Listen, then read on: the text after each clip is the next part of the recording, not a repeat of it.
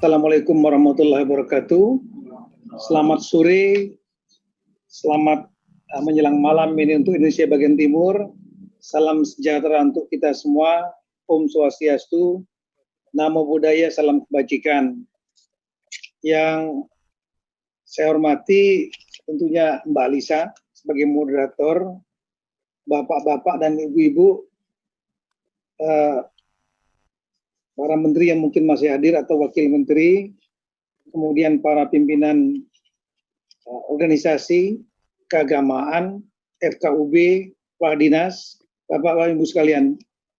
Pertama-tama kita mengucapkan puji syukur kepada Tuhan Yang Maha Kuasa karena pada sore malam ini kita masih dapat melaksanakan kegiatan yang saya kira sangat penting, rapat koordinasi nasional FKUB dengan tema Umat Rukun Indonesia Maju.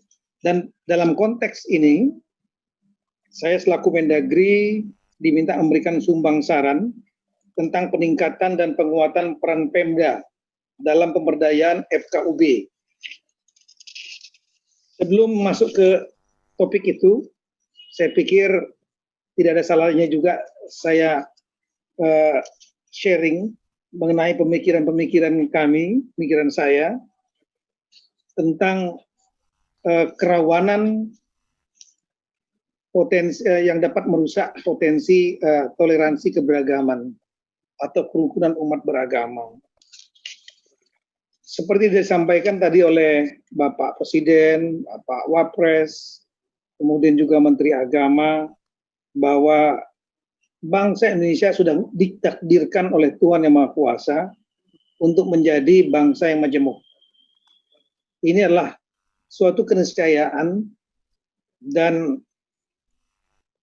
demikian plural. Berbeda suku, ratusan keturunan, ras, ada yang keturunan dari Melayu, kemudian juga dari keturunan Arab, keturunan Tionghoa, keturunan India, keturunan Eropa, dan lain-lain. Saya kira adalah suatu keniscayaan yang belum tentu terjadi di negara-negara lain. Katakanlah negara-negara Afghanistan hanya 7 suku misalnya, ratusan. Di satu sisi, keberagaman budaya, suku, status sosial, agama, dan lain-lain ini merupakan suatu kekayaan, suatu kekuatan yang dapat menjadi modal penting, modality untuk bangsa Indonesia untuk maju dan berkembang. Kita tahu bahwa dalam praktek kita melihat kekayaan kita ke Taman Mini, beragam rumah adat yang ada di situ, beragam makanan yang ada di Indonesia, beragam kerajinan tangan, pakaian, tari-tarian, lagu-lagu daerah, dan lain-lain yang belum tentu dimiliki oleh bangsa lain. Katakanlah Singapura, tidak sekaya jauh, kita jauh lebih kaya. Jadi semua kekayaan ini akan menjadi kekuatan kalau dia kita mampu membuatnya menjadi commonalities, menjadi common belongings, menjadi suatu yang dimiliki bersama, commonalities. Tapi sebaliknya, kalau seandainya kita take it for granted seperti disampaikan oleh Mbak Alisa tadi, menganggap sesuatu yang ada dan tidak perlu dirawat, maka yang terjadi adalah common differences. Terjadinya perbedaan-perbedaan, terjadinya segresi antar satu yang berbeda dengan berbeda yang lainnya, baik suku, agama, ras, dan lain-lain latar belakang. Sehingga justru keragaman itu bisa menimbulkan potensi konflik perpecahan bangsa. Nah, dalam konteks sebagai bangsa, kita juga bukan pada ruang vakum. Indonesia di tengah dinamika global ini adalah bagian dari dinamika itu sendiri. Dinamika politik, ekonomi, sosial, budaya, global yang sekarang membentuk arus yang disebut dengan globalisasi, di mana dunia merupakan kampung kecil, global village, yang dengan mudah bisa terkoneksi karena adanya kemajuan cepat revolusi dalam teknologi informasi yang merupakan revolusi yang merubah gelombang ketiga urusan manusia. Kemudian itu menurut Alvin Toffler dalam bukunya gelombang ketiga, The Third Wave. Kemudian teknologi transportasi dan komunikasi telah merubah dunia menjadi suatu kampung kecil, dan kemudian perubahan ini makin dinamis ketika terjadi Perang Dingin telah selesai 1945-1990. Saat itu terjadi konflik yang juga mewarnai bangsa Indonesia, yaitu antara Barat dengan liberal demokrasi versus Timur dengan paham komunismenya. Saat itu ada dua trajektori yang diperkirakan, yang debat yang sampai hari ini masih terus berlangsung antara dua ilmuwan. Yang pertama adalah Francis Fukuyama, ini muridnya Huntington, yang dia menyampaikan bahwa this is the end of history. Ini sudah berakhir sejarah konflik antar peradaban, antar ideologi besar. Demokrasi liberal versus komunisme ditandai dengan runtuhnya Soviet, maka dunia akan mengarah pada satu titik, yaitu demokrasi liberal. Dan kita melihat sendiri fakta. Rejim-rejim yang dianggap non-demokrasi tidak jauh-jauh, hanya 8 tahun setelah runtuhnya Soviet, Indonesia mengalami kejatuhan Orde Baru yang ditandai dengan era reformasi demokrasi. Kemudian kita juga melihat bagaimana rejim-rejim yang lain seperti Libya, kemudian Saddam Hussein di Irak, Muammar Gaddafi jatuh, rejim-rejim yang dianggap non-demokrasi, sehingga memperkuat tesis dari Fukuyama, kita mengarah kepada demokrasi liberal yang ditandai dengan beragamnya atau meluasnya ruang kebebasan atau freedom. Dunia mengalami demokratisasi, dan ini dampaknya adalah karena freedom menjadi hal yang sangat penting dalam demokratisasi. Ada freedom of expression, menyampaikan pendapat di muka umum. Kalau dulu pada zaman Orde Baru semua harus izin, menyampaikan pendapat harus izin. Sekarang tidak perlu izin. Undang-Undang Nomor 9 tahun 98 itu dibuat bulan Oktober 98, salah satu undang-undang pertama setelah jatuhnya Orde Baru, itu membuka ruang kebebasan menyampaikan pendapat. Orang demo cukup memberitahu tanpa perlu izin, dan polisi wajib untuk mengamankan. Kalau melanggar baru dibubarkan. Ini tantangan kita. Kemudian juga freedom of congregation, kebebasan untuk berserikat dan berkumpul. Keluar tentang undang-undang keormasan dan lain-lain, yang membuat organisasi-organisasi boleh, tidak perlu untuk mendapat izin, cukup mendaftarkan. Jadi boleh mendaftar, boleh tidak. Contohnya HTI. Dan ini mengakibatkan di satu sisi ruang kebebasan membuat lebih terbuka, tapi di sisi lain dapat menjadi suatu problem. Ideologi intoleran bisa berkembang. Kemudian intoleran dalam arti yang tidak paralel dengan ideologi Pancasila yang menaungi pluralisme.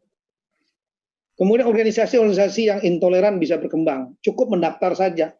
Boleh mendaftar, boleh juga tidak.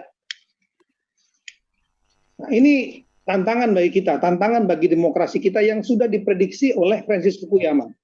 This is the price we have to pay. Kemudian kita Huntington, ini gurunya Fukuyama, mempunyai tesis yang terbalik.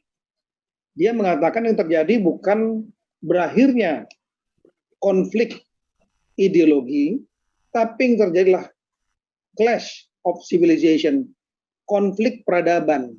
Dan peradaban yang paling menjadi major source, menjadi sumber utama konflik antar manusia itu adalah, antar peradaban itu adalah identitas keagamaan dan identitas budaya. Itu tesis utamanya dari Huntington. Sehingga dia menyampaikan nanti akan terjadilah benturan dengan identitas keagamaan dan identitas budaya. Nah, terlepas dari mana yang dua yang benar, kita real menghadapi situasi seperti itu sekarang. Kedua tesis tokoh ini ya demikian.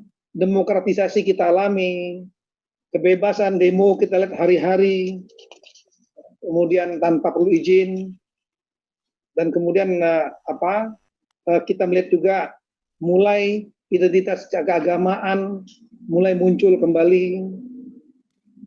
Ditambah lagi dengan adanya problema baru, atau bukan problema baru, maksudnya kemajuan baru, yaitu munculnya teknologi informasi yang melahirkan cyberspace sebagai dimensi keempat, darat, laut, udara, dan cyber.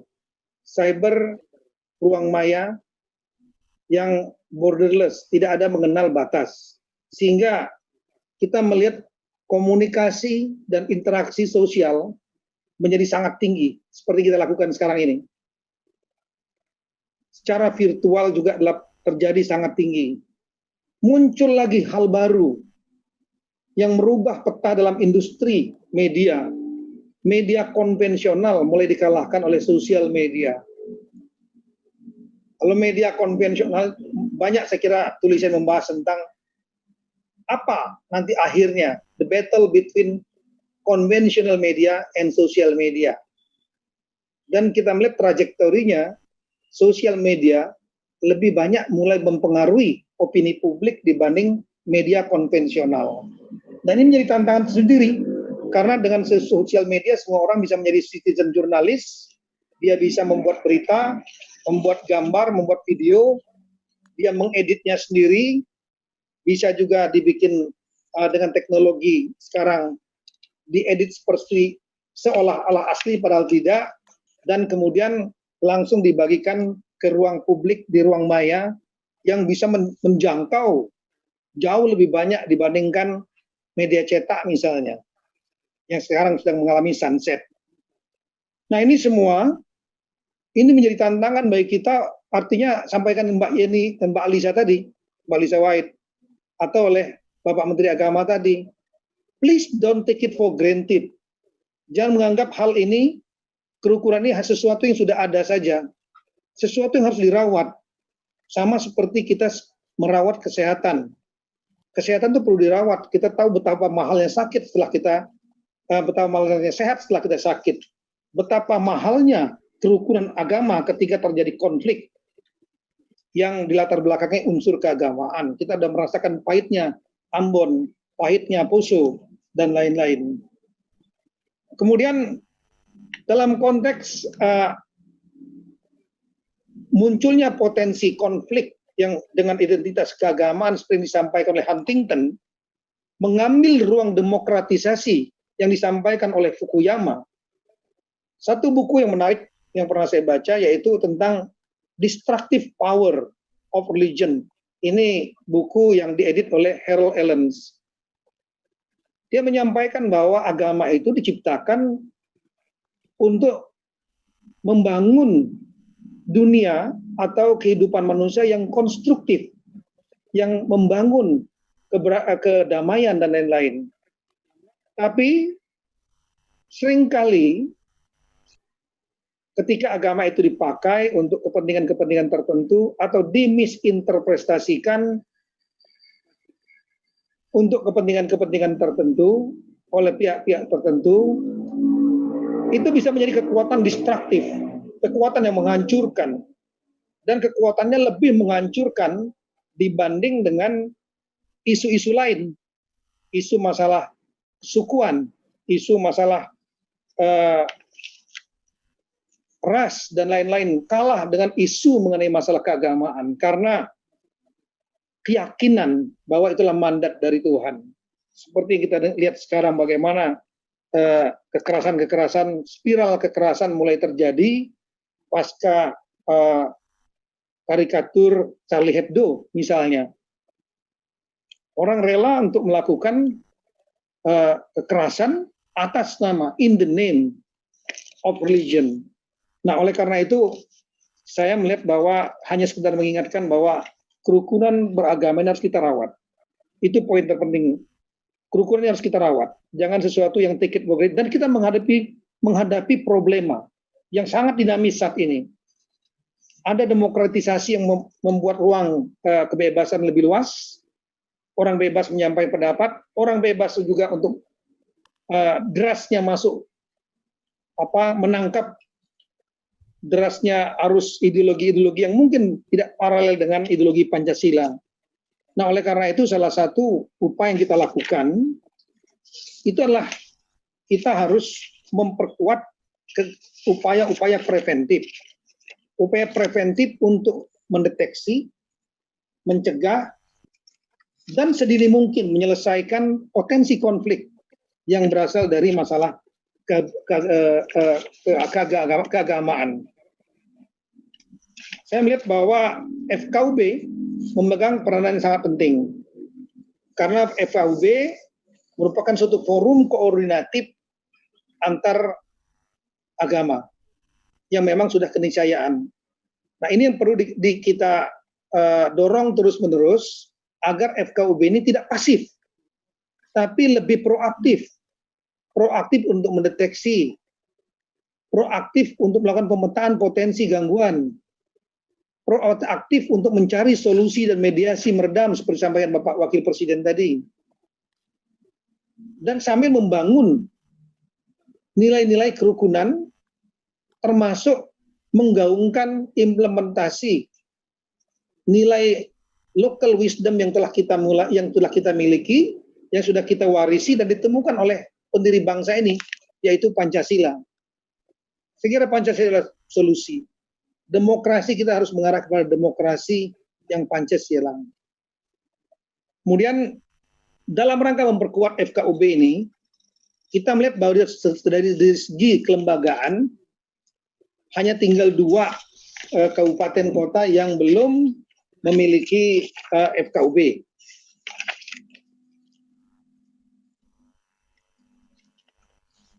Yaitu ada 2 tuh. Kabupaten Tanah Datar dan Kabupaten Pesisir Selatan. Saya minta tolong kepada Kepala Dinas Kantor Agama, nanti saya juga akan bicara dengan Bapak Gubernur Sumatera Barat. Ini tolong yang 2 ini Tanah Datar, Pesisir Selatan. Kalau memang belum, kalau mudah-mudahan data saya salah. Kalau belum, tolong ini segera tetap dibentuk. Kemudian kita juga melihat bahwa ada di Papua juga ada 2 ya, Puncak Jaya dan Kabupaten Duga. Ini juga perlu tolong untuk Bapak, Ibu-ibu yang tergabung dalam FKUB Papua, yang 24 ini tolonglah untuk segera dibentuk. Lembaganya, kalau sudah lembaganya belum terbentuk, bagaimana mau kerjanya gitu. Lembaga dulu ada. Nah, kalau sudah lembaganya sudah ada, baru kita memikirkan mengenai bagaimana mesin ini bisa bergerak. Mesin ini bisa bergerak otomatis darah yang paling utama itu adalah keinginan, kemauan dan komitmen dari para pengurusnya. Memilih pengurus yang tepat dalam arti memiliki komitmen terhadap NKRI, komitmen terhadap Pancasila, kerukunan dan lain-lain. Pemilihan pengurus menjadi sangat penting. Jangan sampai FKUB dibajak oleh mereka yang intoleran. Itu yang penting. Kemudian yang lain adalah anggaran. Untuk anggaran ini kami sudah mengeluarkan surat sebetulnya Kemendagri tahun 2017 sangat menyadari setelah ada tahun 2006 ada PK peraturan bersama menteri itu, mohon maaf, ada FKUB yang aktif, ada FKUB yang tidak aktif. FKUB yang aktif umumnya adalah FKUB yang dibiayai oleh dengan dana hibah dari pemerintah daerah. Kemudian FKUB yang tidak dibiayai bisa jalan karena kalau memang ada inisiatif, ada dibiayai sendiri, tapi juga banyak yang tidak jalan karena tidak adanya anggaran ini. Karena semua kegiatan-kegiatan tersebut perlu dilakukan secara terus-menerus, evaluasi terus-menerus, langkah-langkah proaktif ini harus dilakukan terus-menerus. Nah, kita melihat misalnya di sini data APBD 2019-2020 itu yang tertinggi. Coba lihat grafiknya, itu yang tertinggi. Yang tertinggi itu adalah di Kalimantan Tengah dan Sulawesi Tengah. Itu ini tingkat provinsi, kabupaten kota kami belum bahas. Provinsi Kalimantan Tengah dan Sulawesi Tengah itu menganggarkan untuk FKUB-nya cukup besar. Tentunya harapan kita dengan anggaran yang besar terjadi langkah-langkah proaktif, langkah-langkah komunikasi koordinatif, termasuk turun ke bawah menyelesaikan masalah sejak dini. Kalau masalah sudah sejak dini bisa ditangani, maka makin the earlier is the better. Makin dini, makin baik hasilnya. Jangan sampai sudah meledak baru kemudian ditangani. Tapi yang lain variatif, bahkan banyak yang nol.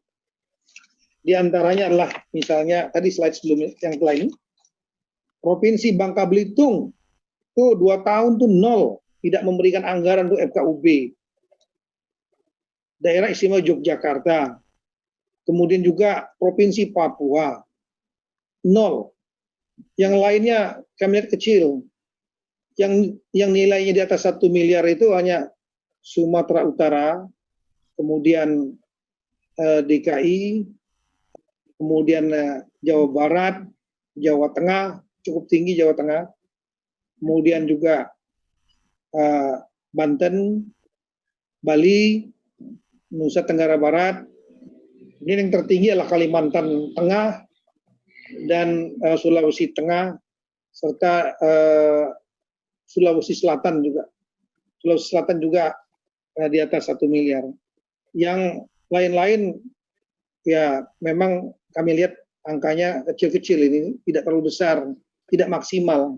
Nah, akibatnya forum yang sangat penting ini, saya kira lah satu-satunya forum para pimpinan atau tokoh-tokoh agama yang bisa menyelesaikan masalah agama. Saya kira paling utama lah yang mengerti tentang agama itu sendiri. Di samping ada forum yang lain, yaitu Forkompinda, Forum Komunikasi Pimpinan Daerah. Ada lagi yang lain, yaitu Tim Terpadu Penanggulangan Konflik Sosial semenjak tahun 2011. Tapi forum ini kami lihat, tim terpadu ini kami lihat tidak maksimal, sehingga efektif yang masih kuat, yang efektif betul di lapangan untuk menjaga mencegah potensi intoleransi dan gangguan kerukunan umat beragama itu lebih utama Forkompinda. Baru yang kemudian kedua adalah FKUB. Kalau FKUB-nya jalan. Nah, oleh karena itulah kami kemudian selain mengeluarkan surat yang tadi bulan Januari 2017, kami juga akan melakukan koordinasi dengan Bapak Menteri Agama. Tadi pun sudah rapat dengan Bapak Menteri Agama, dengan Bapak Wapres, kemungkinan rencana untuk pembentukan FKUB tingkat nasional. Di samping itu, penekanan kembali kepada daerah-daerah untuk melakukan pembiayaan kepada FKUB. Nah, ini sudah bulan November awal. daerah-daerah sudah mulai melakukan pembahasan APBD, dan APBD tingkat provinsi akan diajukan kepada Kementerian Dalam Negeri untuk direview. Salah satu kebijakan yang saya sampaikan kepada Dirjen Keuangan Daerah yang melakukan review, kalau seandainya tidak ada anggaran untuk hibah untuk kepada FKUB, maka rencana APBD-nya akan saya tolak. Dan kemudian saya minta untuk dimasukkan hibah untuk FKUB, sehingga mesin ini bisa bergerak dalam rangka untuk menjaga dan merawat kerukunan beragama Indonesia. Kami kira itu yang saya sampaikan pada kesempatan ini, Bu Alisa Wahid.